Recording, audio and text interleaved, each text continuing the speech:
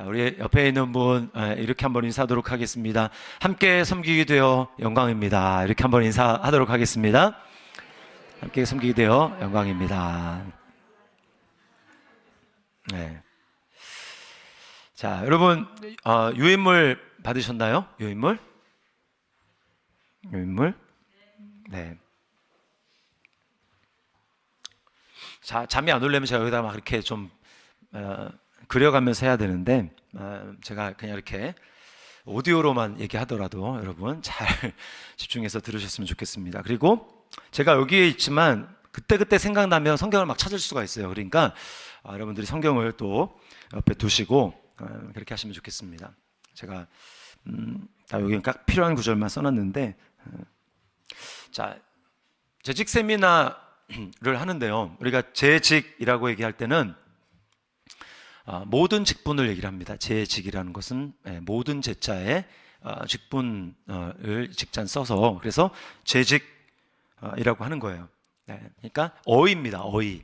아이는 재직은 재직 증명서 할 때 내가 거기에 속해 있다라고 하는 그 재직이고 어휘입니다. 모든 직분을 재직이다 이렇게 이야기를 합니다. 자, 그럼 직분이라는 걸 우리가 좀 알아야 되는데 우리가 직분을 받았다. 뭐 집사도 그렇고 이제 보통 우리가 교회에서 집사라고 하면 보통은 서리 집사를 일컫는 경우가 많은데 사실은 서리 집사는 성경에 없습니다. 서리 집사는 성경에 없고 성경에서 집사라고 하면 그 사람은 안수 집사예요. 안수하여 세운 집사입니다. 성경에는 집사가 나오고 또 사도라는 직분도 나오죠.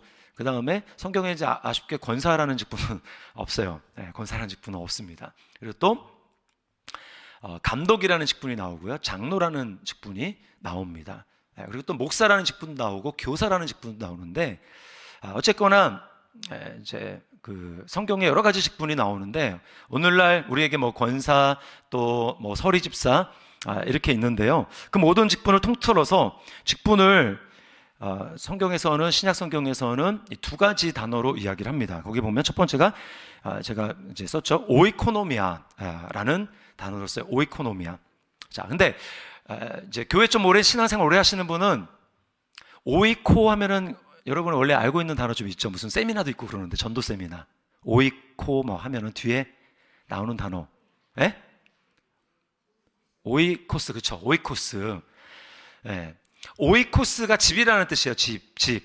예. 오이코스. 그래서 여기 오이코 하면은 사실은 그 집이랑 관련된 말입니다. 그러니까 오이코노미아라고 하면 집안을 잘 관리하는 것, 집안을 잘 경영하고 관리하는 그 직분을 오이코노미아라고 이야기를 합니다. 여기서 이제 직분이라고 해요. 직분.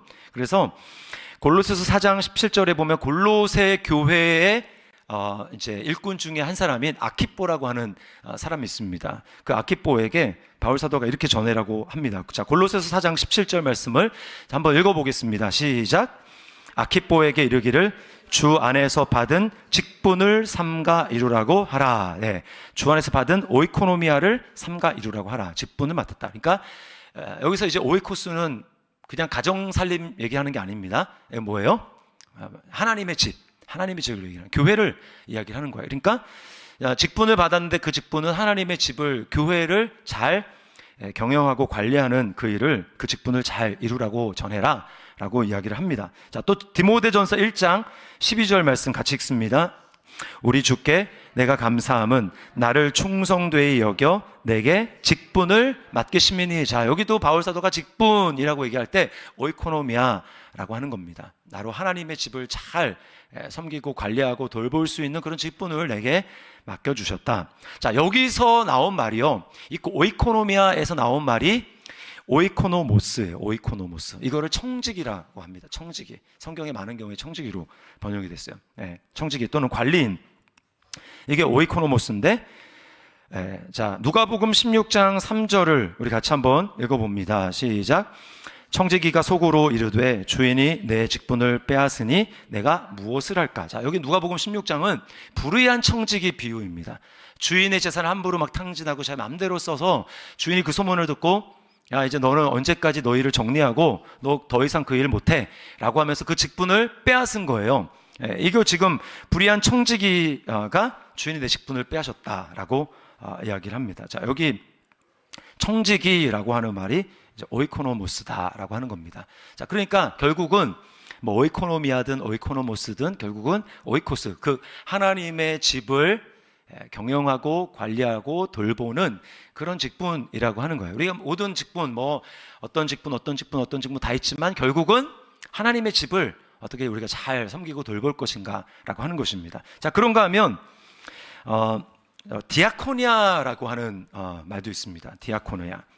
이거는 이제 섬김 또는 봉사라고 하는 말인데요. 자, 그런 의미예요. 고린도전서 12장 5절, 자, 같이 읽습니다. 시작. 직분은 여러 가지나 주는 같으며. 자, 여기 직분이라고 얘기할 때 이게 바로 디아코니아. 그러니까 이게 뭐냐면 교회 안에 많은 섬김이 있다라는 것입니다. 섬김, 봉사, 이건 굉장히 많지만 그 직분을 주시는 주님은 한 분 같은 분이시다. 자, 이 디아코니아에서 나온 말이 디아코노스인데, 영어로 하면 그 집사를 디컨이라고 하잖아요. 디컨. 이게 이제 집사가 거기서 나온 말입니다. 봉사, 섬김에서 디아코니아에서 디아코노스, 여기서 집사라는 말이 나온 거예요. 집사 또는 일꾼, 하인, 사역자, 뭐 여러 가지로 번역이 됩니다. 자, 골로새서 1장 25절 같이 한번 읽습니다. 시작. 내가 교회의 일꾼 된 것은 하나님이 너희를 위하여 내게 주신 직분을 따라 하나님의 말씀을 이루려 함이니라. 자, 여기 내가 교회의 일꾼이라고 얘기할 때 이 일꾼이 바로 디아코노스, 즉 집사를 나타내는 교회 일꾼, 뭐 집사라고도 할 수 있고 일꾼이라고 할 수 있고 하인이라고 할 수도 있고 사역자라고도 할 수 있습니다. 내가 교회의 일꾼 된 것은 직분을 따라 하나님의 말씀을 이루려 함이니라. 자, 그리고 디모데전서 3장 13절 말씀, 자, 같이 읽습니다. 시작.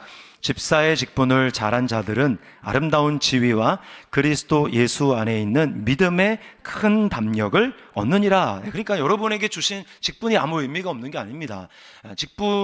주신 직분을 잘한 자들은 뭐예요? 아름다운 지위와 그리스도 예수 안에 있는 믿음의 큰 담력을 얻는다. 직분을 잘 감당하는 사람은 아름다운 지위, 하나님이 허락하신 아름다운 지위, 그리고 큰 담력, 이것을 얻는다라는 거예요. 자, 그러면 이게 오이코스가 이제 집이라고 했잖아요. 하나님의 집.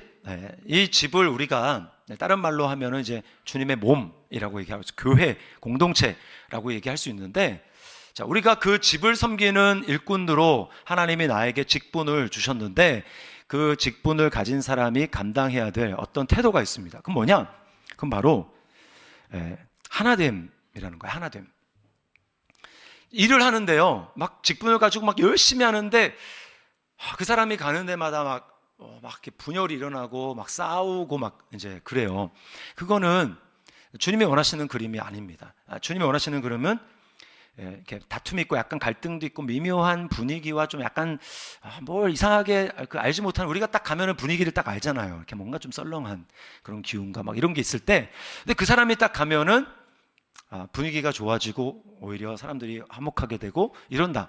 주님이 원하시는 그 섬김의 모습은 바로 그런 것입니다. 왜냐하면 아까도 우리가 성찬시켰지만 우리가 한 몸 됐잖아요. 우리 한 사람 한 사람이 예수 믿고 우리 안에 성령님이 내주를 하시면 그 사람은 예수님의 몸의 한 부분입니다. 그러니까 이제 우리가 지금 이렇게 전체가 있으면 한 사람 한 사람이 다 예수님의 몸이에요. 그러니까 다 뭐 어디 지체가 됐든지, 어떤 사람은 뭐 손가락, 뭐 어떤 사람은 눈, 뭐 다 이렇게 지체가 있습니다. 이게 다 붙어 있잖아요. 이게 붙어 있다라는 게 지금 하나라는 뜻입니다. 그럴 때 생명이 있어요. 근데 이게 하나가 안 되고 만약에 이제 떨어졌다, 그러면 그때부터 죽어가는 겁니다. 주님의 몸이 나누어진다, 이건 이제 그때부터 생명력을 잃어가고 죽어가는 거예요. 하나님의 역사가 그 안에 없습니다. 자, 그래서 하나님이 원하시는 것은 뭐냐? 자, 에베소서 4장 3절 말씀, 자, 같이 한번 읽어보겠습니다. 시작. 평안에 매는 줄로 성령이 하나 되게 하신 것을 힘써 지키라. 자, 여기 평안이라고 했는데 신약성경에요, 평안 또는 평강, 화평 뭐 이런 말 나오면 다 똑같은 단어입니다. 근데 번역이 다르게 됐어요. 이게 이제 헬라어로는 에이레네라고 하는 말입니다. 이게 영어로 하면 이제 피스예요. 피스, 한 단어인데 우리나라 말로는 뭐 평안, 평강, 화평, 영어로는 피스입니다. 피스. 자, 근데 여기 평안에 매는 줄로는요, 우리가 보통 평안하면은, 화평하면은, 자기 그 내면을 생각하지 않는데 평강하면 일단 우리 뭘 생각하냐면 자기 내면의 감정을 생각합니다. 제 말 맞죠? 맞죠? 네. 내 마음이 참 편해. 그럴 때 우리가 평안이라는 말을 쓰고 평강이라는 말을 쓰는데요. 그거의 원래 의미는 그게 아닌 거예요. 뭐냐? 피스입니다. 피스. 서로 화평한 관계요. 네. 갈등이 없이 서로 하나 되어 있는 거. 이게 여기에 평안이라고 하는 겁니다. 그러니까 내 마음만 편한 게 아니에요. 이거는 서로 한 몸 되는 것을 이루는, 그렇게 화평하게 매는 줄로 성령이 하나 되게 하신 것을 힘써 지키라. 근데 여기 중요한 게 뭐냐면 성령이 하나 되게 하실 것이 아니고 하나 되게 하신 것이라는 거예요. 이미 성령님 안에서, 우리는 그리스도 안에서 이미 예수님을 정말 믿었다면 우리는 하나입니다. 여러분 믿습니까? 네. 하나이기 때문에 우리 노력으로 하나 되는 게 가능하지, 하나라고 성령님이 이미 우리를 하나 되게 하지 않으시면 우리가 하나 되게 하는 노력은 아무 의미가 없습니다. 그러니까 마치 이것과 같은 거예요. 하나님이 이미 예수 그리스도 안에서 우리의 구원을 확정하셨습니다. 여러분 맞습니까? 하나님이 우리를 예수 그리스도 안에서 이미 구원하셨습니다. 맞습니까? 구원하셨기 때문에 우리가 구원을 이루어갈 수 있는 노력이 유의미한 거예요. 의미가 있는 거예요. 근데 만약에 하나님이 우리에게 구원을 완전히 이루셨다는 것을 확증해 주지 않으셨으면 우리는 아무리 우리가 노력하더라도 우리 구원을 이루어갈 수 없습니다. 너희 두렵고 떨림으로 너희 구원을 이루어 가라라고 하는 말은 하나님이 이미 그것을 하셨기 때문에 그거에 대한 믿음을 가지고, 환경이 아무리 하나 아닌 것 같은데 라고 해도 하나 되게 하셨어 라고 하는 그 믿음을 가지고 하는 거예요. 내 자신의 모습을 봤을 때는 나는 연약한 점이 많은데 내 진짜 그거 맞나? 라는 생각이 들더라도 그것을 믿음으로 받아들이는 거예요. 하나님이 나를 이미 구원하셨고 나를 그리스도 안에서 이미 부르시고 나를 의롭다고 하시고 또 나를 영화롭게 하셨다. 그 말씀처럼 그거를 믿을 때에 우리는 하나됨의 이제 역사도 의미가 있는 것입니다. 그러니까 주님이 하나 되게 하심을 믿지 않으면 우리는 하나 되게 할 수 없어요. 주님이 하나 되게 하셨다는 것을 믿을 때 우리는 하나됨을 지키며 나갈 수 있습니다. 자, 그러면 하나 된다라고 할 때 저는 두 가지 꼭 말씀을 드리고 싶어요. 하나는 순종이랑 하나는 구체적인 말입니다. 말. 먼저 순종을 살펴보면, 자, 하나 되려면 반드시 자아의 깨어짐이 있어야 합니다. 이거 전제예요, 전제. 성경에서 하나됨을 힘써 지키라 이 말은 너 생각이 죽어라 이 얘기입니다. 너의 자존심 죽어라. 너의 자아가 죽어라 이 얘기입니다. 이거 아니면 하나 되는 거 불가능. 주님이 우리에게 순종을 요구하실 때, 하나됨을 힘써 지키라라고 하는 이 순종을 요구하실 때 우리에게 요구하시는 것은 바로 너 죽을 준비가 됐느냐라고 하는 겁니다. 나의 자아가 죽어야 된다는 거예요. 근데 나의 자아라고 할 때 좀 더 깊이 들어가자면 뭐냐? 내가 가지고 있는 이론입니다. 내가 가지고 있는 이론. 다 사람마다 이제껏 경험하고 또 부모로부터 또 자기가 공부를 통해서 또 자기가 좋아하는 어떤 책을 읽으면서 또 자기가 좋아하는 누군가의 영향을 받아가지고 사람은 자기마다 독특한 자기만의 세계관이 확립되어 있습니다. 자기만의 이론 체계가 확립되어 있습니다. 그래서요, 똑같은 말을 쓰는데 앞에서 목사가 설교를 하는데 단어는 똑같은 단어인데 사람들은 신기하게 어떻게 듣냐 하면 자기 체계 안에 그거를 흡수해서요, 이게 밴딩, 그냥 딱 들어오면 아라고 하면 그걸 아라고 알아들으는데, 아라고 하는데 그 단어를 통해서 내가 알고 있는 그 의미로 바뀌어져서 내 안에는 다른 게 생성이 돼요. 이게 참 어려운 것입니다. 그래서요, 깨어져야 될 나의 자아는 뭐냐? 나의 이론입니다. 나의 이론. 그래서 나의 생각, 나의 경험, 나의 판단입니다. 자, 거기 보면 고린도후서 10장 4절 5절에 보면 바울 사도가 견고한 진에 대해서 이야기를 합니다. 그 견고한 진은 나의 이론을 얘기를 하는 거예요. 자, 거기 고린도후서 10장 4절 5절 말씀을 같이 한번 읽어보겠습니다. 시작. 싸우는 무기는 육신에 속한 것이 아니요 오직 어떤 견고한 진도 무너뜨리는 하나님의 능력이라. 모든 이론을 무너뜨리며 하나님 아는 것을 대적하여 높아진 것을 다 무너뜨리고 모든 생각을 사로잡아 그리스도에게 복종하게 하니. 네. 그래서 예수가 주라고 얘기를 하는데, 주인이라고 얘기를 하는데 그 사람의 면면이 들어가면 아직 자신 안에 깨어지지 않는 이론이 있습니다. 여러분, 예수님을 믿은 사람은 보수입니까? 진보입니까? 예수님을 믿는 사람들은 국민의힘입니까? 민주당입니까? 예수님을 믿는 사람은 우입니까? 좌입니까? 대답해 보세요. 뭐예요? 이거 얘기하면서 이제 싸움 날 수 있잖아요. 그죠? 예수님 믿는 사람은 이도 저도 아닙니다. 그것도 중도도 아니에요. 중도도 아니에요. 그러니까 규정할 수 없어요. 예수님을 믿는 사람은 예수님을 따라가는 사람들입니다. 근데 이게 말은 쉽잖아요. 근데 저는 교회 안에서 참 그런 거 많이 봤습니다. 예수님을 믿는데 실제로 자기 안에 작동하는 것은 정치 이념입니다. 어떤 특정한 영역에 가면 그 정치 이념이 자신의 이론이에요. 성경이 분명히 예수님을 통해서 우리에게 뭔가를 말씀하고 있는데 자신 안에 이론이 있습니다. 그래서 그건 아닌 게 되는 거예요. 거부. 여러분, 그거는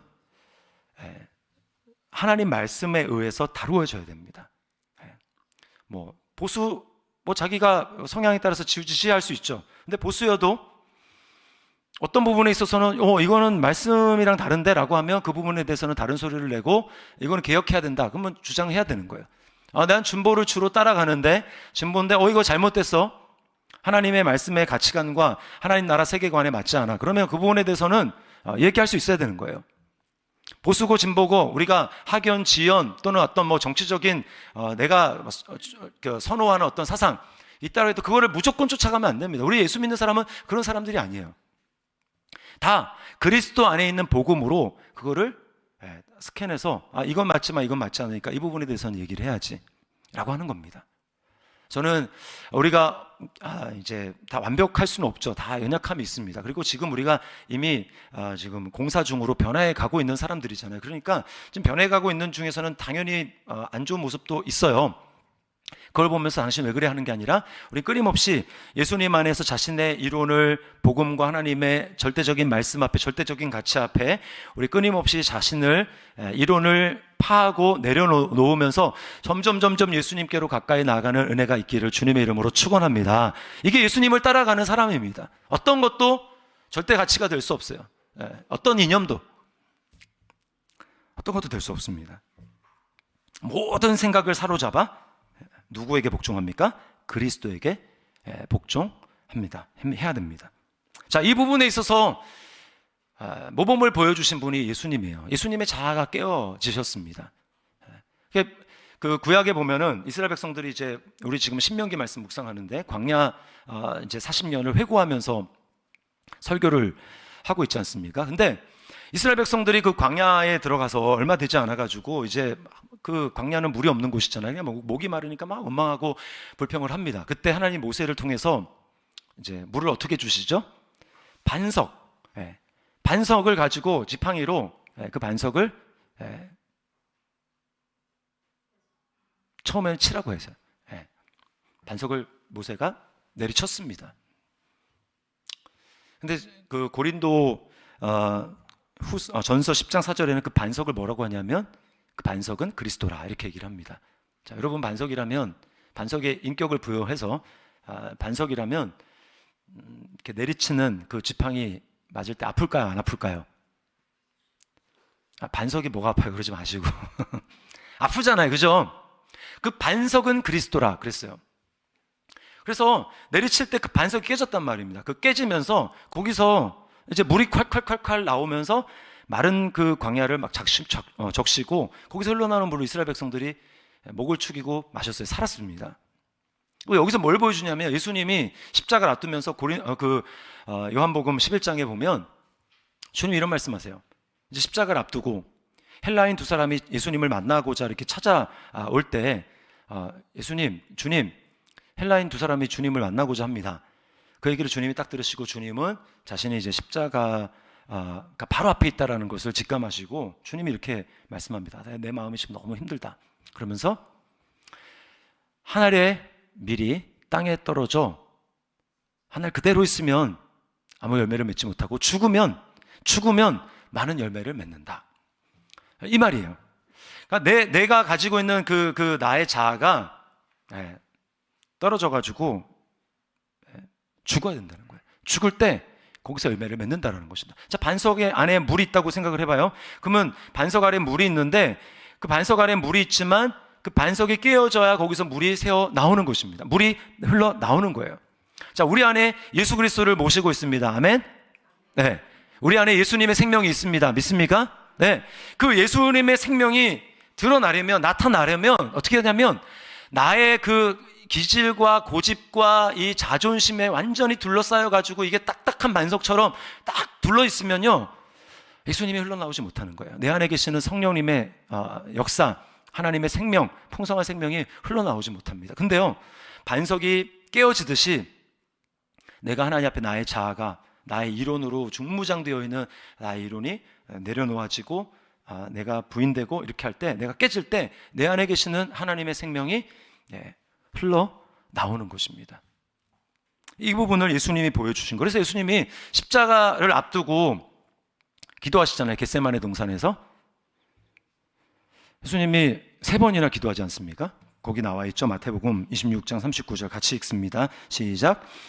내 아버지여, 만일 할만하시거든 이 잔을 내게서 지나가게 하옵소서. 그러나 나의 원대로 마시옵고 아버지의 원대로 하옵소서 하시고. 자, 여기 보세요. 예수님의 자아가 있습니다. 예수님 자아가 있어요. 예수님도 괴로운 거예요. 십자가를 진다라는 거, 자아를 부인한다라는 건 예수님도 참 쉽지 않은 일입니다. 그러니까 하나님 앞에 막 씨름을 하면서 기도하는 것이죠. 하나님 앞에 3번씩이나 나가가지고 꼭 이렇게 해야 됩니까? 이건 아니면 길이 없겠습니까? 다른 방법은 없습니까? 그런데 마지막에 뭐라고 합니까? 그러나 나의 원대로 마시옵고 아버지의 원대로 하옵소서. 그리고 십자가를 지신 거예요. 그러니까 겟세마네가 있을 때 십자가를 통해서 구원 얻는 역사가 나타나는 것입니다. 예수님이 여기서 죽은 거예요. 1차적으로 자기 자아를 부인하고 깨어지는 겁니다. 거기서 깨어짐. 고통스러워요. 사실 깨어지는 건 죽는 거기 때문에 고통스럽습니다. 그래서 예수님이 이미 채찍에 맞기 전에 이미 피를 흘리시잖아요. 겟세마네 동산에서 기도할 때 어떻게 피를 흘리십니까? 너무 막 진액을 쏟고 너무 괴로우니까 기도하시는데 이 안에서 이 피가 배어 나와서, 혈관이 뭐 실핏줄이 터졌는지 피가 이게 땀으로 이렇게 배어 나와서 땀이 떨어지는 게 아니라 핏방울처럼 떨어졌다라고 성경이 얘기하는 것입니다. 그러니까 자아의 죽음이 그만큼 고통스러운 거예요. 이게 죽음입니다. 죽음을 통해서만 하나 될 수 있어요. 왜냐하면 교회 여러분 뭐 다 생활해 보셨겠지만 10사람이 모이면 10사람의 생각이 다 다릅니다. 10사람의 생각이 다 다르고 10사람의 그 말이 다 다릅니다. 거기서 하나 되는 거 불가능합니다. 자기가 내려놓아질 수 있어야 돼요. 자, 그러면 실제로 그러면 자아가 깨어진다는 것이 실제 현실은 뭐냐? 2가지 말씀드릴게요. 하나는 영적 리더십에 순종하는 것입니다. 우리 다락방 있잖아요. 그럼 순원분들은 순자님에게 순종하는 거예요. 순자님에게. 또 성도님들은 교육자에게, 또 목사에게 순종하는 것입니다. 오늘 그 베드로전서 5장 4절 5절 우리가 이번 주 암송 구절이잖아요. 거기 보면 뭐라고 되어 있습니까? 젊은 자들아 이와 같이 겸손으로 뭐 허리를 동이고 그 다음에 이제 장로들에게 순복하라, 이렇게 얘기해요. 젊은 자들아라고 하면서. 그럼 그게 그냥 순복으로 끝나는 게 아니에요. 그건 뭐냐면 자기가 죽는다는 얘기입니다. 자기 생각이 내려놓아야죠. 자기 생각이 죽는 거예요. 자, 이 부분에 있어서 오히려 천주교가 우리한테 참 보여줄 수 있는 것이 많다고 생각을 합니다. 천주교는요, 사제 그 서품을 받을 때, 그러니까 이제 우리로 하여금 목사 안수 받는 겁니다. 목사 임직 사제 서품을 받을 때요, 어떻게 하냐면 그 앞에 이제 방석을 이렇게 놔두고요. 우리는 보통 방석 있으면 그렇게 무릎 꿇고 앉고 이렇게 안수를 받거든요. 근데 안수 받기 전에 그들은 뭐냐면 그 방석 있고 방석에 자기 얼굴을 대고 완전히 배를 땅에 깔고 일자로 쫙 엎드립니다. 방석에 얼굴을 대고 그냥 일자로 배를 깔고 엎드려요. 다리 쭉 뻗고. 그건 뭐냐면 그게 이제 순명서약입니다. 순명. 드라마 같은 데 이제 천주교 이렇게 나오는 드라마 보신 분들 순명이라고 합니다. 우리는 순종, 순복이라는 말을 쓰는데 그 사람들은 순명인데요. 순명이 우리처럼 뜬구름 잡는 하나님, 죄송합니다. 하나님의 말씀에 순종하는 게 뜬구름 잡는 얘기는 아니에요. 그러나 하나님 안 보이잖아요. 우리는 다 하나님 말씀에 자기가 잘 순종한다고 얘기를 합니다. 근데 뭐가 순종이 안 되냐면 사람에게 순종이 안 돼요. 리더십에게 순종이 안 됩니다. 근데 그 천주교 사제들이 사제 서품을 받을 때 순명의 서약을 하는 거는 구체적으로 누구에게 그 순명 서약을 하냐면 자기 위에 있는 교구장에게 그 순명 서약을 하는 겁니다. 그래서 교구장이 명령을 내리면 하다가도 갑자기 어디로 발령 나가지고 딴 데로 오지, 사역지로 막 옮기고 막 그럴 수도 있어요. 어디든지 그냥 가야 되는 거예요. 그래서 자기가 지금 지금 사역이 잘 되고 사역이 재미있고 또는 뭐 누구랑 이제 관계도 좋고 뭐 교구 식구들이랑 관계가 좋고 그런데 갑자기 이제 막 어디 막 지방으로 막 어디 시골 오지로 가라 그러면 인간적인 생각으로는 왜 지금 이 시간에 이렇게 하는 거지? 아직도 시간이 남았는데 뭐 이렇게 하는 여러 가지 생각들이 많이 들 수 있습니다. 그 부분에 대해서 사실은 뭐 이러쿵 저러쿵 막 이야기를 할 수 있죠. 물론 그 부분에 대해서 이제 처음에는 좀 의견을 피력할 수도 있겠죠. 그러나 이제 그래도 가야 된다라고 하면요, 그냥 입 닫고 가는 겁니다. 여러분 이게 순명이에요. 더 나아가서 뭐 추기경 뭐 무슨 그 다음에 교황 뭐 할 것도 없고요.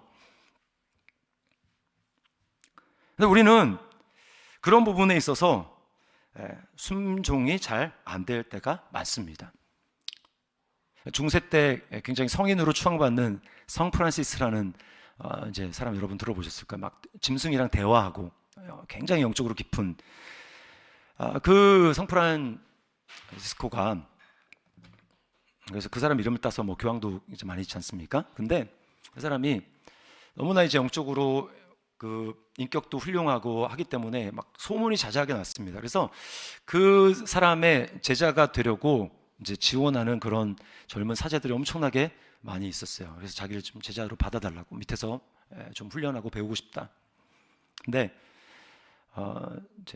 제가 받는 사람이 아닌데 성 프란시스코가 어떻게 하냐면, 성 프란시스가 이제 그 수도원 밖을 나가면서 그 사람에게, 그 지원한 사람들에게 임무를 줍니다.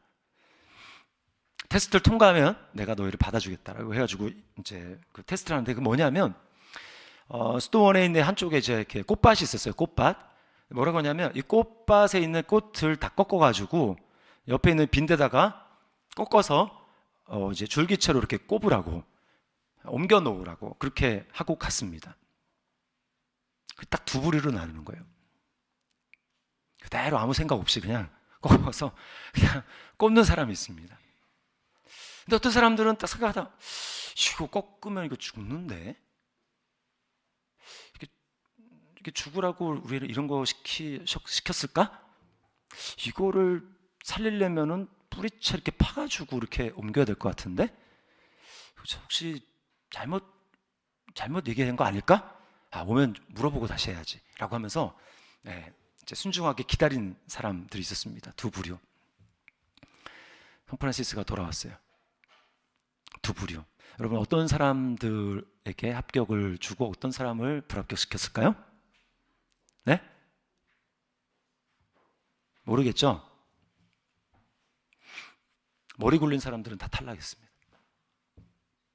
내가 말한 그대로 꺾으라고 했으니까 꺾어서 여기다가 아무 생각 없이 그냥 자기 판단 개입하지 않고, 좀 말이 안 되는 것 같지만 좀 이상하게 보이지만 판단 내려놓고 꺾어서 옆에다가 꽂은 사람 합격. 나머지 자기 판단을 해서 이건 뭔가 의도가 있을 텐데 라고 하면서 안 하고 기다렸던 사람 탈락. 다. 뭘 본 거냐면 순명을 본 겁니다. 순명. 우리는 참 인간이기 때문에 우리는 하나님이 말씀하셔도 하나님 지금 내 처지는 이렇고 내 처지는 저렇고 그러니까 지금 이렇게 순종할 수 있는 형편도 안 되고 등등 우리는 이유를 엄청나게 많이 듭니다. 그러나 여러분, 하나님이 우리에게 원하시는 것은 그냥 단순한 순종입니다. 즉각적 단순한 순종. 또 다락방 하다 보면 순장님들이 꼭 마음에 듭니까? 내가 해도 저거보다 잘할 것 같고 막 이런 순장님들도 있을 수 있잖아요. 순장님 좀 이상하고. 딱 보면은 그러면 이제 그때부터 이제 우리 안에 이제 이렇게 갈등이 시작됩니다. 이제 순장님이 얘기를 하면 못 믿기 시작하는 거예요. 우리는 나는 하나님이 나한테 말씀하시면 내가 순종하겠습니다 라고 얘기하는데, 여러분, 하나님은 사람을 통해서 우리에게 말씀하시고 우리에게 순종의 훈련을 배우기를 바라시는 거예요. 그리고 그때 내 판단을 내려놓고 내가 순종할 때요, 그때 내 자아가 깨지는 겁니다. 그것 없이 계속해서 나를 고집하고 주장하고 막 자기 의견을 피력하고 끝까지 막 얘기를 하면 그것은 자아가 깨어지는 게 아니에요. 또 하나는 공동체 안에서 용서와 용납입니다. 용서와 용납. 공동체에 가면 항상 꼭 마음에 안 드는 사람이 꼭 있잖아요. 그렇죠? 진짜 꼴보기 싫은 사람, 밥 마시는 사람 있잖아요. 한 사람은 꼭 있습니다. 그런 사람이 마음에 안 들고. 근데 성경에서 뭐라고 얘기하냐면 용납하래요. 용납은 끝까지 참는 겁니다. 나랑 기질이 다르고 생각이 다르고 또 환경도 다르고 막 그런데 그 사람을 참아주라는 거예요. 때로는 나한테 잘못도 할 수 있어요. 그 사람이 잘못한 줄은 모릅니다. 이렇게 참아주는 거예요. 끝까지 오래 참는 겁니다. 이럴 때 이제 자아가 부서지기 시작하는 거예요. 그런 거 없이 마음에 안 들면 가가지고 당신 지금 문제가 뭔지 아냐고 얘기하면서 이게 문제라고 하면요, 하나님이 우리를 다루시고 우리의 자아가 깨어지고, 그래서 우리 안에 있는 하나님의 그 충만한 생명력이 흘러나오는 것을 누가 가로막고 있냐? 내가 가로막고 있는 것입니다. 그래서요, 우리가 하나님의 그 충만한 은혜, 우리는 막 하나님의 은혜가 뭔가 막 은사처럼 막 위에서 막 부어져야 된다고 생각을 하지만 사실은 그렇지 않고, 우리가 예수님을 믿으면 하나님의 충만한 생명력이 이미 우리 안에 있습니다. 근데 왜 그것이 드러나지 않는가? 바로 지금 말씀드리는 것 같은 이유예요. 너무 자기 이론이 강해. 자기 고집이 강해. 내려놓지 못하는 것입니다. 자, 그런가 하면 또 하나는 말입니다. 말을 잘해야 공동체가 하나됨을 지킬 수가 있어요. 야고보서에 보면은 3장에 보면은 혀가 지옥 불이라고 그러죠. 지옥에서. 그래서 생의 바퀴를 불사른다 라고 얘기를 합니다. 그래서 열받는 말 하면 열받습니다. 그렇죠? 열받는 말 하면 갑자기 이제 잠잠하다고 발끈하게 되는 게, 왜냐하면 열받아서 그런 거예요. 열받아서. 나를 열받게 했어. 그 말로. 열받아서 발끈하는 거예요. 자, 성경에서는 우리에게 믿음의 말을 하라고 합니다. 여러분, 믿음의 말이라는 것은 현실을 초월하는 말입니다. 우리는 이제 교회 안에 보면 막 그런 은사 가지신 분들이 많이 있어요. 지적질의 은사를 가지신 분들이 있습니다. 막 이렇게 자꾸 지적을 해야지 막 속이 시원해. 지적질의 은사. 근데 그 지적질의 은사는 뭐예요? 지금 딱 그런 게 보이니까, 현실적으로 이런 문제가 보이니까 그 사람의 문제가 얘기를 해주는 거거든요. 근데 여러분, 믿음의 말이라는 것은 그걸 몰라서, 내가 그런 현실에 있다라는 것을, 상대방이 그런 현실에 있다라는 것을 몰라서 그렇게 얘기를 하는 게 아니고요. 그 말을 안 하는 게 아니고, 믿음의 말이라는 것은 하나님이 우리를 대한 방식대로 대하는 것입니다. 하나님이 우리를 어떤 식으로 대하면 항상 믿음으로 앞으로 될 것, 됐다고 보시고 말씀하시는 거예요. 그게 하나님이십니다. 베드로 반석이잖아요. 반석. 현실은 좀 불안해요. 좀 베드로가 굉장히 급하고 왔다 갔다 하고 막. 근데 주님은 베드로 반석 이렇게 얘기를 합니다. 또 우리 어떻습니까? 하나님이 우리를 성도라고 해요. 거룩하대요. 우리 의롭다고 하셨어요. 자신이 손을 얹고 잘 생각을 해보십시오. 내가 진짜 현실로 거룩한가? 현실로 거룩한가? 아니라는 걸 여러분 누구보다도 잘 알고 있잖아요. 그렇죠? 내가 거룩하지 않은 100가지 이유를 될 수 있는 사람이 여러분 자신이잖아요. 근데 하나님 뭐라고 그래요? 예수 그리스도 안에서 거룩하다, 성도, 끝. 네. 이게 믿음의 말이라는 것입니다. 그럼 우리도 상대방에 대해서 지금 현재의 모습만 보고 이렇군요, 저렇군요, 이렇습니다, 저렇습니다 얘기할 게 아니라 믿음으로 말을 하는 겁니다. 믿음의 말. 이게 믿음의 말이에요. 또 감사의 말. 반대말은 원망과 불평의 말이죠. 이 현실적인 말, 원망과 불평의 말로 약속의 가나안 땅에 들어가지 못한 이스라엘 백성들, 그게 이제 민수기에 나오는 이스라엘 백성들의 모습입니다. 정탐꾼 보냈어요. 정탐꾼. 그들은 정확하게 봤습니다. 야, 우리는 다 죽을 수밖에 없다 이거. 전쟁하면 우리는 다 죽는다. 저들은 거인이고 우리는 메뚜기 같다. 어떻게 보면 진짜 팩트일 수 있습니다. 근데 문제는 뭐냐면 믿음의 말이 아니라는 거예요. 그게 현실만 본 겁니다.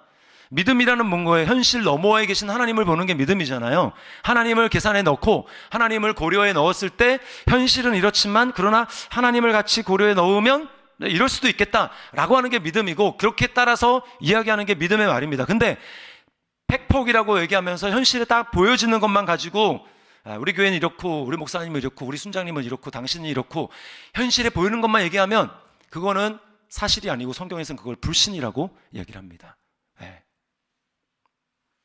그래서 공동체를 세우는 것, 하나 되게 하는 것은요, 현실적인 말을 해서, 물론 우리가 어떤 부분에 어떤 그 냉철한 결정을 내려갈 때 현실적인 부분에 대해서도 얘기해야죠. 물론 믿음으로 말을 해야 되겠지만 현실의 진단은 반드시 필요하지만, 그러나 중요한 건 믿음의 말이 중요하다라는 거예요. 여기 제가 꼭 하나 덧붙이고 싶은 건 여기 말씀대로 말하라 라고 하는 거죠. 말씀대로 말하라. 말씀대로. 자, 예수님이 3가지 광야에서 시험을 받으십니다. 그때 예수님이 하셨던 그 말씀은 공통점은 뭐냐면 기록되었으되라고 하는 거예요. 기록되었으되. 기록된 하나님의 말씀을 가지고 예수님이 말을 한 겁니다. 하나님이 우리에게요, 이 성경을 주신 이유가 바로 그거예요. 예수 그리스도 안에서 우리가 이제 연합됐다고 그랬잖아요. 연합됐다. 예수 그리스도와 연합됐다. 예수님 안에 있다. 내가 예수님 안에 있고 예수님이 내 안에 있고 예수님과 연합되었다. 그렇게 할 때 우리가 가장 주신 특권은 뭐냐면 예수 그리스도 안에 있기 때문에 믿음으로 하나님의 말씀을 내가 말할 때에 그것이 나에게 믿음으로 그대로 실현된다라는 것입니다. 이게 그리스도 안에서 믿음으로 하나님의 말씀을 말했을 때의 일어나는 놀라운 일인 거예요. 그래서 우리도 말씀대로 말하는 훈련을 해야 합니다. 말씀대로 말하는. 그러니까 느낀 대로 말하는 게 아니에요. 생각대로 말하는 게 아닙니다. 그리고 생각만 하는 것도 아닙니다. 말을 해야 합니다. 말을 해야 돼요. 말씀을 따라서 말씀대로 말을 해야 하는 것입니다. 그래서 우리 어떻게 생각해야 되냐면, 우리는 작은 그리스도예요. 예수 그리스도 안에 있다는 얘기는 이제 내가 걸어다니는 작은 예수라는 뜻입니다. 자, 이 작은 예수가 집으로도 이제 다 사는 곳이 다 다르잖아요. 집으로도 가고 또 직장으로도 가고 또 학교로도 가고 이렇게 가는데, 그때 우리 안에 성령님이 계시기 때문에 깨닫습니다. 이때 하나님은 이거를 원하신다. 이렇게 행동하는 것이 예수님 닮은 행동이다라고 하는 것을 우리는 알아요. 그러면 그때, 그래서 우리가 예수님 알게 힘써야 된다는 이유는 뭐냐면, 성경을 통해서 예수님이 그럴 때 어떻게 하셨는가, 하나님의 말씀을 통해서 우리가 잘 알아야 되는 거예요. 그때 어떻게 해야 됩니까? 그 믿음으로 그 말씀을 말하는 것입니다. 예를 들어 지금 경제적으로 어려워요. 굉장히 재정 형편이 쪼달립니다. 근데 그리스도 안에서 예수님은 쪼달릴 때 예수님은 염려를 하셨습니까? 하지 않으셨습니까? 잘 모르시나요? 예수님 염려를 하셨습니까? 하지 않으셨습니까? 예수님 염려 안 하셨죠. 그때 여러분 이렇게 반응하시면 안 돼요. 예수님이니까 염려 안 하셨죠. 그거는요, 예수님을 하나님으로 봤을 때고요. 제가 지난번에 말씀을 드렸지만 예수님이 어떤 뭐 무리를 걸으셨거나 이런 거, 뭐 물로 포도주를 만들지 이런 거 빼놓고 나머지 예수님이 그 하셨던 일들은 둘째 아담으로서 인간을 대표해서 하신 일입니다. 그럼 예수님이 하셨던 것대로 우리가 말을 해야 되는 거예요. 그때 어떻게 해야 됩니까? 없어요. 되게 쪼달려요. 그러면 이렇게 얘기를 하는 겁니다. 우리 공급하신 하나님 암송했잖아요. 그러면 그 암송을 머릿속으로만 하는 게 아니라 입으로 입으로 크게 이야기를 하는 겁니다. 이렇게 얘기하는 거예요. 빌립보서 4장 19절. 나의 하나님이 그리스도 예수 안에서 영광 가운데 그 풍성한 대로 너희 모든, 그러니까 거기서 나로 바꿔야죠. 나의 모든 쓸 것을 채우시리라. 이거를 생각만 하는 게 아니라 말을 해야 됩니다. 우리 말의 능력이 있어서요. 세상 사람들도 막 얘기를 하잖아요. 말의 능력이 있다고. 근데 믿음으로 하나님의 말씀을 선포하는 게 얼마나 능력이 있겠습니까? 그러니까 안 믿어지니까 말하는 겁니다. 어떤 사람은 목사님 믿어줘야 그렇게 말을 하죠. 그게 아니에요. 안 믿어지니까 말을 반복적으로 하는 것입니다. 그래서 반복적으로 하잖아요. 그럼 어느 순간에 믿어져요. 우리가 믿음으로 살아가는 훈련은 그렇게 하는 것입니다. 안 믿어지는데 이렇게 얘기하면 이거 가스라이팅, 어떤 분은 가스라이팅에 자꾸 이렇게 얘기를 하시는데 이거 잘 스스로 가스라이팅 하는 거 아닌가요? 그게 아닙니다. 왜냐하면 우리가 그리스도 안에 있다라는 거는 진리입니다. 믿습니까? 네. 그러면 그리스도 안에 있기 때문에 그리스도 안에 있는 대로 반응을 하려면 이거는 감정이 아니라 내가 입으로 믿음으로 하나님의 말씀을 선포함으로 이루어가는 거예요. 그때 하나님의 역사를 경험하기 시작하는 겁니다. 그리고 주님 앞에 감사하는 거예요. 하나님, 없는데, 아무것도 없는데 하나님, 내 삶에 하나님께서 채워주시는 은혜를 감사합니다. 하나님 나에게 공급해 주셔서 감사합니다. 그렇게 고백하는 것입니다. 그러면 실제로 하나님의 공급하시는 역사가 경험되기 시작하는 거예요. 근데 기도는 하는데 아유 죽겠다. 괴로워 죽겠어.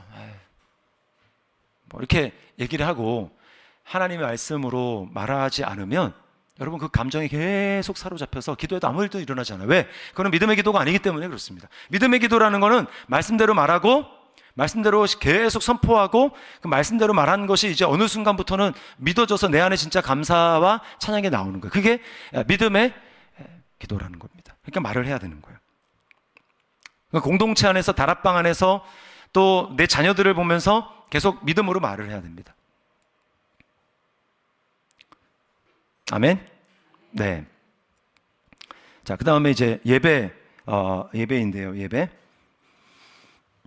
자, 예배 특별히 주일 성수의 문제를 보겠습니다. 자, 로마서 14장 5절과 8절 우리 같이 한번 읽어보겠습니다. 시작. 어떤 사람은 이날을 전날보다 낮게 여기고 어떤 사람은 모든 날을 같게 여기나니 각각 자기 마음으로 확정할지니라. 우리가 살아도 주를 위하여 살고 죽어도 주를 위하여 죽나니 그러므로 사나 죽으나 우리가 주의 것이로다. 자, 여기 보면 어떤 사람은 이날을 전날보다 낮게 여기고, 자, 이걸 뭐 주일로 적용하자면 어떤 사람은 주일을 다른 날보다 낮게 여기고 어떤 사람은 모든 날을, 주일 포함해서 모든 날을 똑같이 여긴다. 각각 자기 마음대로 확정하라. 이렇게 얘기를 하니까 그럼 뭐 주일도 주일 예배 안 드리고 다른 날처럼 뭐 여행 가고 그렇게 할 수 있는 거겠네 라고 생각을 하죠. 근데 자, 그 문맥을 보시면 제가 8절만 얘기를 했지만 그 문맥을 보시면 자, 거기 보세요. 자, 그렇게 말을 하는데 마음의 기본은 무슨 마음입니까? 우리가 살아도 주를 위하여 살고 죽어도 주를 위하여 죽나니 그러므로 사나 죽으나 우리가 주의 것이로다. 내가 주의 것이다. 내가 주님의 소유가 됐다라고 하는 이게 기본으로 전제가 되어 있는 것입니다. 여러분, 우리는 예수님 안에 있다라는 것은, 내가 죽었다라는 것은 이제 더 이상 내가 하고 싶은 대로 나를 위해서, 자기를 위해서 살아가는 존재가 아니라고 하는 거예요. 그래서 성경에 자기를 위하여라고 하는 말은 다 항상 우상 앞에 나옵니다. 우상을 만들 때 항상 우상은 너를 위하여 새긴 우상, 너를 위하여 우상을 만들지 말며 자기를 위하여 뭐 새긴 우상, 항상 자기와 나를 위하여 나오면 다 우상이에요. 근데 하나님의 택한 백성 앞에는 항상 뭐가 나오는지 아십니까? 네. 여호와를 위하여, 주를 위하여 라고 나오는 거예요. 소유가 바뀐 겁니다. 소유가 바뀐 거. 네. 그래서 이제 이 말씀을 꼭 드리고 싶어요. 여러분, 여러분이 예배를 잘 지키는 게 아니고 예배를 드릴 때 예배가 여러분의 영혼을 지켜줍니다. 네. 내가 예배를 지키는 게 아니고 예배가 나를 지켜주는 거예요. 또 사명이 나를 지켜주는 겁니다. 내가 섬겨주지가 아니라 내 섬기기 때문에 내가 사는 거예요. 그렇지 않습니까? 네?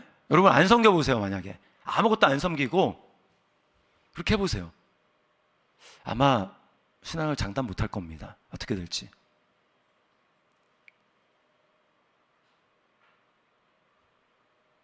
제가 아는 한 전도사님 있는데 연세가 좀 많으세요. 근데 이분은 참 예배에 있어서 참 제가 본받을 만하다, 참 이렇게 좀 따라야 될 모범이다라고 생각을 합니다. 근데 그분은 항상 예배를 사역할 때도 그렇고 사역을 내려놓으신 다음에도 그렇고 정말 예배의 전심으로 예배를 드리세요. 항상 예배 전에 가서 정말 기도로 예배를 준비합니다. 기도로. 근데 이제 어떤 기대를 가지고 예배를 드리냐면 이런 거예요. 요즘에 나의 고민이 있습니다. 하나님 앞에 어떤 기도 제목이 있어요. 그러면 그분은 어떤 믿음을 가지고 기대를 가지고 예배를 드리냐면 오늘 예배를 통해서 하나님은 어떤 순간이든지 나에게 응답하실 것이다 라고 하는 믿음을 가지고 예배를 드립니다. 그런 믿음과 기대를 가지고 예배를 드려요. 그리고 그분을 통해서 그런 간증을 수없이 듣습니다. 믿음을 가지고 그렇게 나가서 하나님 앞에 사모함으로 예배를 드리니까 하나님이 그 예배를 통해서 그분에게 생각지도 못한 은혜를 주시고 응답을 주시고 하나님 만나 주시는 거예요. 오늘 하나님 예배를 통해서 나를 이렇게 만나 주셨고 내가 고민하고 있던 문제를 하나님 이렇게 해결해 주셨습니다. 놀랍게 해결해 주셨습니다. 어떨 때는 말씀으로, 어떨 때는 어떤 찬양으로. 그러니까 간증이 막 넘치는 거예요. 간증이. 고민이 있고 그 다음에 기대가 있고 또 하나님 앞에 바라는 바가 있으니까 거기에 하나님의 역사를 경험하게 되는 것입니다. 그러니까 여러분 예배를 사모함으로 기대함으로 하나님 앞에 드릴 수 있기를 주님의 이름으로 축원합니다. 네, 예배가 우리를 살리는 거예요. 예배가 우리를 점점 이제 주일 성수가 점점 희박해지고 있습니다. 그래서 지금 제가 이제 뭐죠 월간 목회인가 뭐 그런 책 보면은 뭐 그런 주제가 있어요. 주일 성수 아직도 유효한가? 이 말은 뭡니까? 지금 더 이상 교회 다니는 성도들 중에 주일 성수가 의미가 없다고 생각하는 사람들이 늘어나고 있다는 것입니다. 주일 성수로 우리가 구원받는 건 아니에요. 그러나 여러분 우리의 마음이 어디 있는가를 우리가 분명히 기억해야 되는 것입니다. 저는 그래서 여러분에게 오늘 제 직분 받으신 분들이니까 도전하는 건 뭐냐 하면 우리가 주일 예배를 피치 못하게 못 드릴 수 있어요. 그럼 어떤 상황이냐? 여기 나를 위해서가 아니라 주를 위해서. 주를 위해서. 그냥 좀 결혼식이 있으니까 뭐 누가 이런 일을 당했으니까 우리가 그냥 인지상정으로 그렇게 갈 수 있는데 우리는 거기서 좀 더 나가야 됩니다.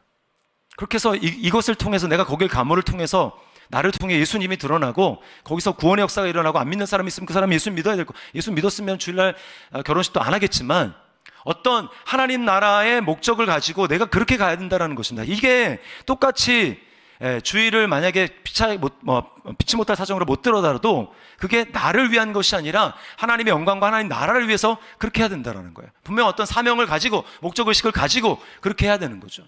근데 그런 거 없이 그냥 안 믿는 사람들처럼 똑같이 자기를 위해서 이게 뭐라고 그랬습니까?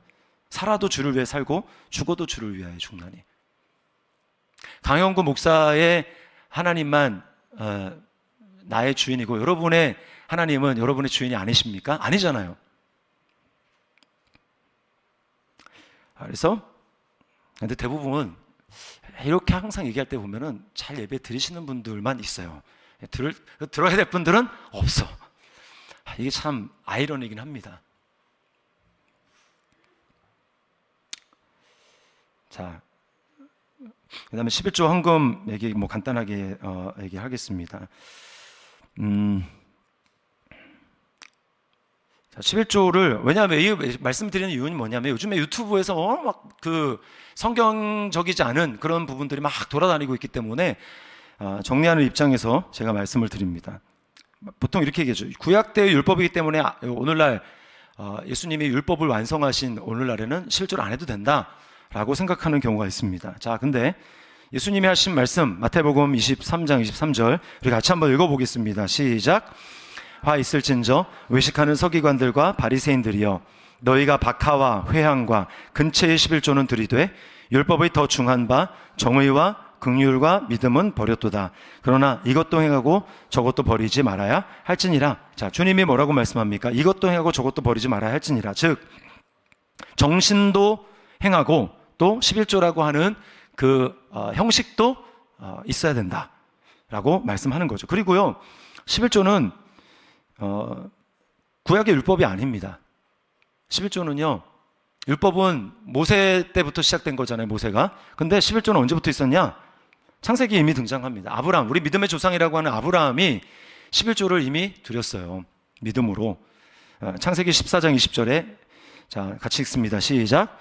아브라함이 그 얻은 것에서 10분의 1을 멜기세덱에 주었더라. 자, 히브리서에 보면 이 멜기세덱은 바로 예수님을 얘기를 합니다. 시작도 없고 끝도 없고 족보를 알 수 없는 아론의 족보에 속하지 않은 영원한 하늘에 속한 대제사장이신 예수 그리스도, 아브라함이 그 예수 그리스도를 예표하는 그 멜기세덱에게 믿음으로 11조를 드렸다라는 거예요. 그러니까 11조는 구약의 율법의 산물이 아니고 이미 아브라함 시대에 믿음으로 드려졌던 일인 것입니다. 자, 그리고 자, 중요한 원리가 있는데요. 자, 고린도후서 8장 3절부터 5절 말씀 우리 같이 한번 읽어보겠습니다. 시작. 내가 증언하노니 그들이 힘대로 할 뿐 아니라 힘에 지나도록 자원하여 이 은혜와 성도 섬기는 일에 참여함에 대하여 우리에게 간절히 구하니 우리가 바라던 것뿐 아니라 그들이 먼저 자신을 주께 드리고 또 하나님의 뜻을 따라 우리에게 주었도다. 자, 여기서 얘기하는 게 뭐냐? 이게 바로 신약의 원리를 얘기해 주는 것입니다. 신약은요, 구약은 10분의 1이잖아요. 또 안식이라면 7분의 1이잖아요.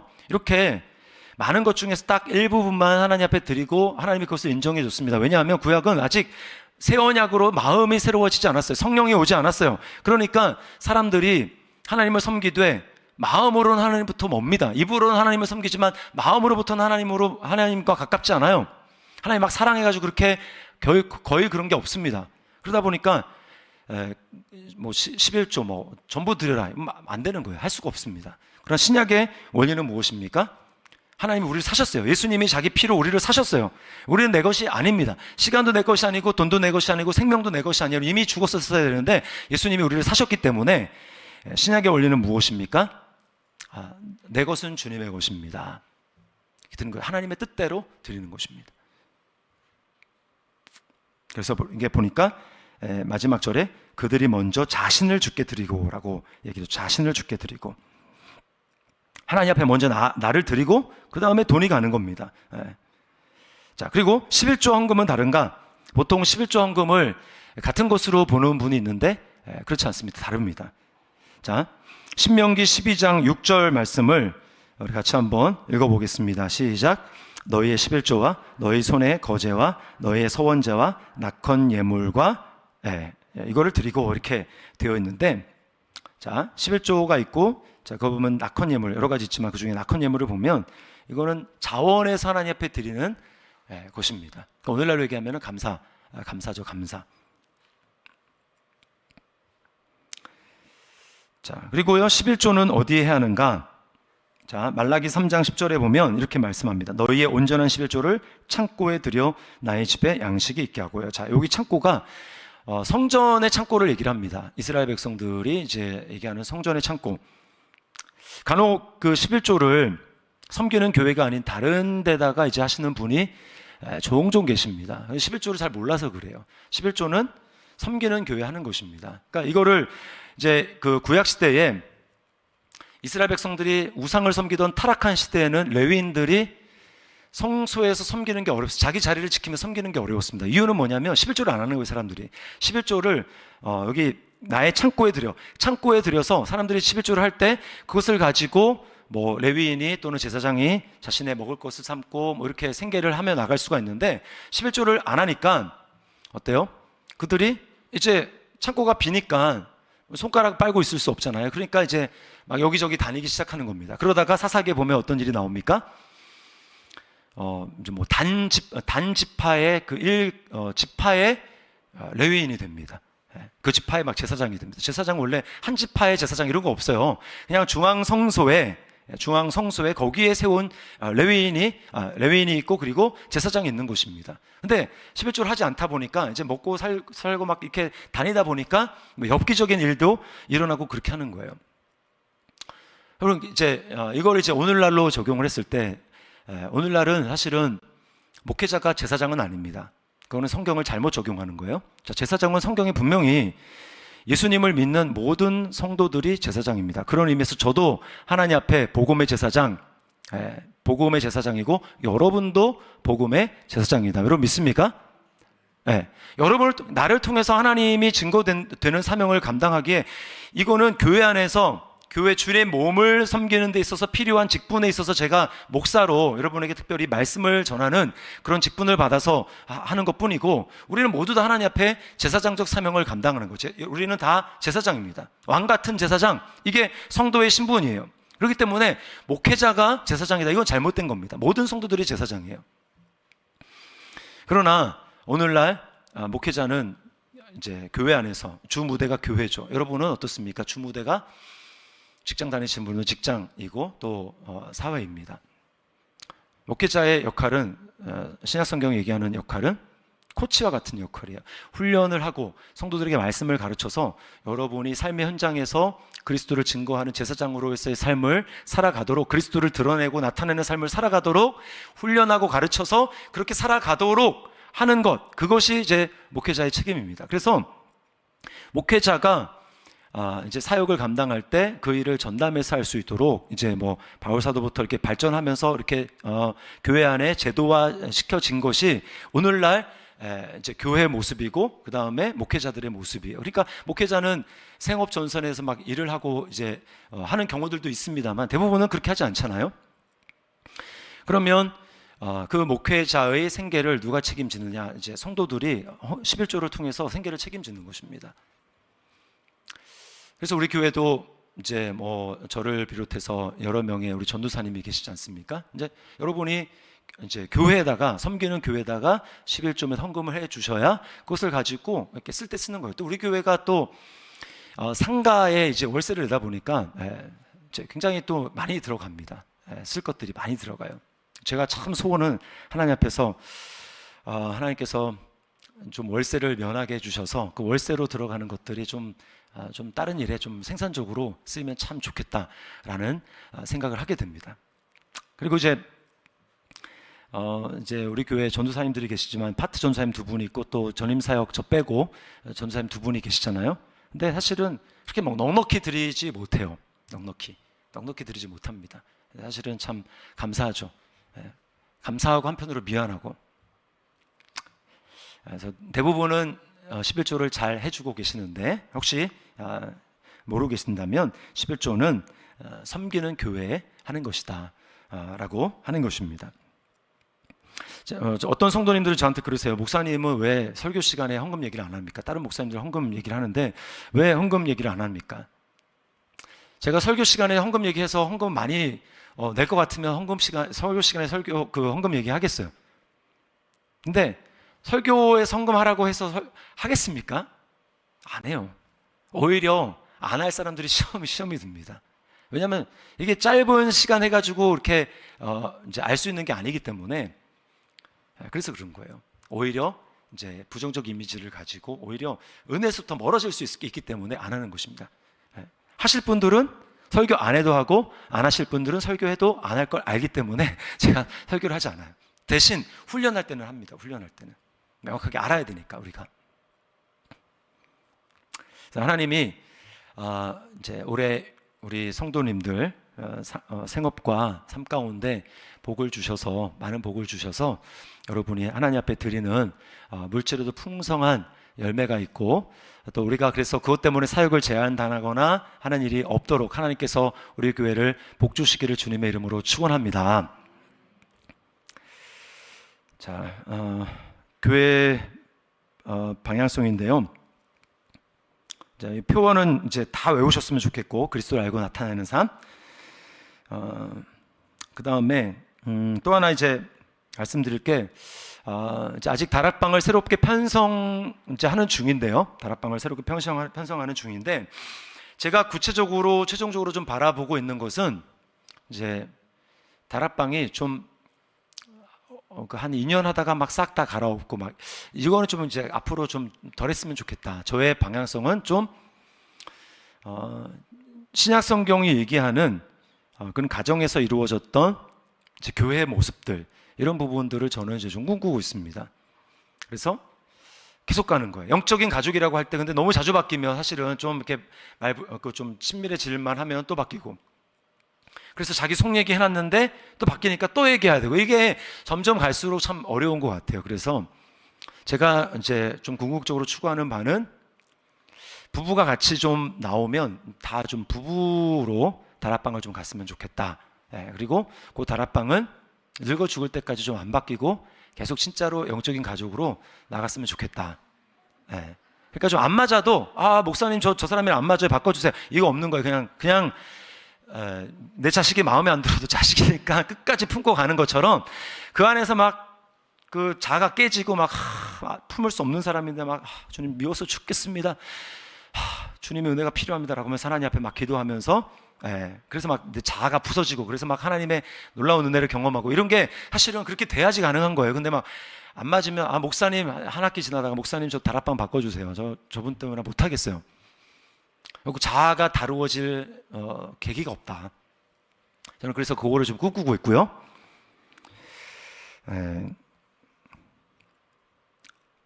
그리고 그래서 올해 아마 이제 부부 다락방이 이제 다시 좀 하나 생길지 모르겠어요. 신청하신 분들이 몇 가정이 있어서.